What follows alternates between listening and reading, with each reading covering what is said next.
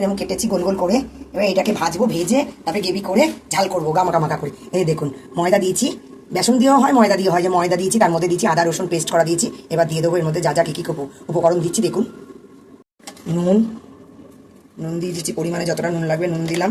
এবার দিয়ে দিচ্ছি হলুদ দিয়ে দিলাম। এবার একটু গরম মশলার গুঁড়ো দিলাম।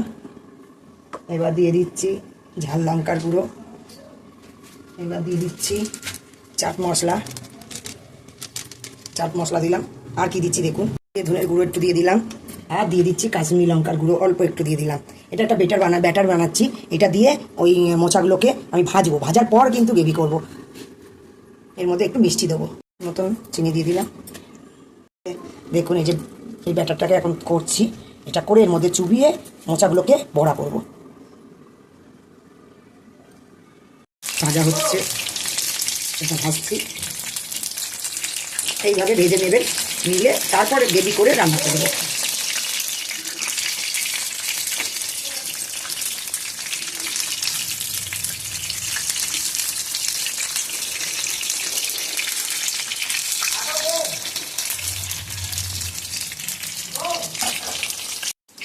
এটা থেকে তুলে এই ভাজা হচ্ছে, দেখুন ভাজা হয়ে গেছে। এইবার এই গ্রেভি করে আমি আপনাকে দেখাচ্ছি। এটা নতুন একটা রেসিপি নিয়েছি, আমি ফেসবুকেই দেখেছিলাম এই রেসিপিটা। এতে গোটা তেল গরম হয়ে গেছে, তাতে গোটা জিরে শুকনো লঙ্কা ফোড়ন দিয়ে পেঁয়াজ ফোড়ন দিয়ে দিয়েছি। পেঁয়াজটা ফোড়ন দিয়েছি, পেঁয়াজটা ভাজা ভাজা হয়ে আসলে এবার দিয়ে দেবো আদা রসুন বাটা, জিরের গুঁড়ো, কাশ্মীরি লঙ্কার গুঁড়ো, এমনি লঙ্কার গুঁড়ো দিয়ে দেবো। ভাজা ভাজা হয়ে আসুক, দিয়ে দেবো হলুদ, তারপরে দিয়ে দেবো নুন পরিমাণ মতন,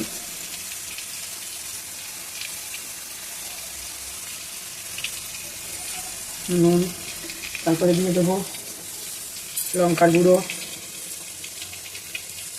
তারপরে গরম মশলার গুঁড়ো, আদা রসুন দিয়েছি বাটা, জিরে ধনের গুঁড়ো দিচ্ছি, একসাথে আমরা মিহি করে রেখে দিই সেটা দিচ্ছি। আর দেবো কাশ্মীরি লঙ্কার গুঁড়ো।